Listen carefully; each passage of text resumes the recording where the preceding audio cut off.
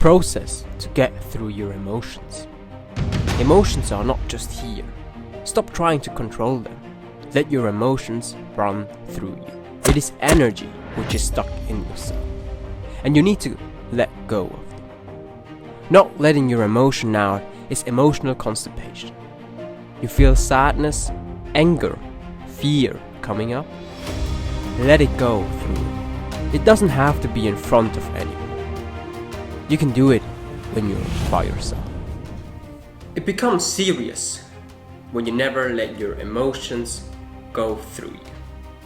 What does processing your emotions mean for you? Let me know in the comment sections down below how you process them. Stop thinking that you are a robot. Are you screaming in the shower? Are you air punching? Do all these things because you need to get these emotions out and process them, because you need to stop holding on to them. Reflect on the last 30 days. How did you feel? How are you feeling? When were the times where you had to let your emotions just go through your body? And how did you process them? Things you need to realize, things you need to think about. Because from person to person, that differs massively. If you think back on these past emotions which have gone through you, ask yourself, why did these emotions appear? Why did it happen?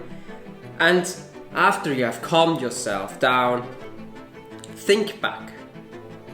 Think back, why did you react to these emotions in that way?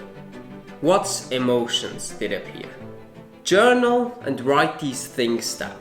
And really try to reflect on these past events, past emotional downs, and also past pressures and emptiness you felt. Why do you need to journal them down or write them down that you can see them in front of you? If I take the example of the gym. If you're going to the gym, if you go on the first day, you've never worked out in your life, and go to the gym, what happens? You probably feel the muscle soreness the next day. You feel you're tired, you lost all your energy, you kind of feel in a constant pain. Over time, your body, however, understands that you're working out. Let your body go through that physical activity, and your body regulates and understands, yeah, it's workout time now. Be prepared for it, and you get your workout in that way. The same applies to your emotions. It is also an action or something which happened, which leads to the outcome of being emotional, of dealing with these emotions, and over time, after experiencing these emotions, you understand, your body understands, here we go, you probably run into an emotional time there, emotional feeling, let it go through, it will get better afterwards. So what you start to do is that you start to process or see these traits and behaviors which triggered you to get to that emotions. If you think back to your high school times, you probably experienced some moments where you felt embarrassed or did something embarrassing while everyone laughed at you, or that you got bullied, anything. But if you reflect and think back on these moments, you will realize that similar situations, similar emotions appear in your life nowadays as well. So what our body tries to understand, our body tries to realize that you already have gone through these emotions, and it's getting them back. It's dragging you into them back again and showing you out you're going through these emotions again. So your body learns to go through these emotions, and with time you understand why these emotions appear.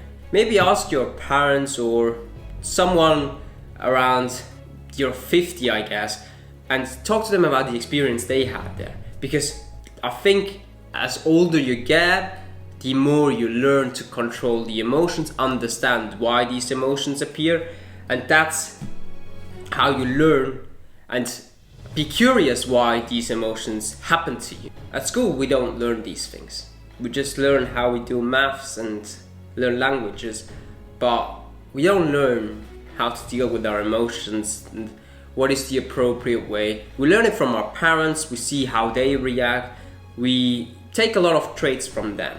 And in real life, you just sit in the driving seat of a car, don't know which direction you should go or what gear you need to use, and then you just go down that hill and try to find out where the brake itself is. So in your personal life, it's the same as when you start to learn driving a car.